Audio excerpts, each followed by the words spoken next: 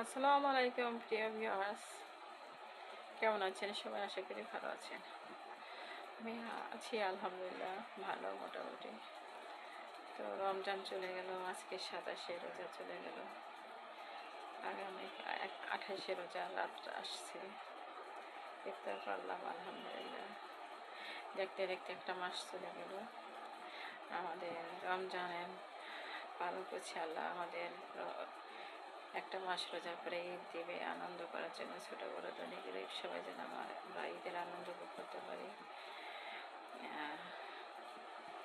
ধর্ম যার যার উৎসব সবার। তো যাই হোক, আমরা ঈদের জন্য কিছু কেনাকাটা করি, নতুন ড্রেস, কাপড় চোপড়, জুতা, যাই হোক আমার সংসারের জন্য আমরা কিছু সংরক্ষণ করে রাখি। তো দাম কম আছে, দাম বেড়ে যাচ্ছে। এখন আপনারা সংরক্ষণ করার সুযোগ। প্রিয় ভাই বোনেরা, এখন আদা রসুন পেস্ট করে সংরক্ষণ করে রাখবেন, কম দাম। তো এটা আমি খাওয়ার জন্য রাখছি, এটা ডিপ ফ্রিজে রাখবো, ব্লেন্ডার করে রাখছি।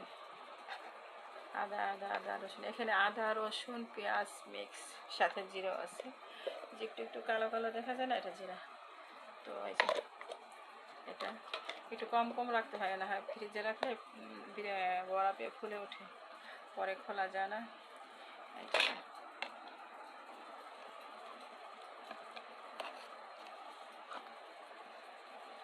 সবাই এখন সংরক্ষণ করে রাখবেন, সংরক্ষণের সুযোগ চলে যাচ্ছে, কম দাম। তারপরে একটু দাম বেড়ে গেছে আগের থেকে।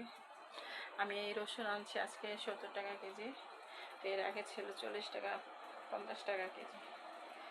আর পেঁয়াজেরও কম দাম। আর এবার তো বৃষ্টি হয়েছে, আলু দাম বাড়বে। 2 বছর আলুর দাম কম ছিল, সবচেয়ে কম ছিল আলুর দামটা। ঠিক আছে ভাই বোনেরা, রাখি।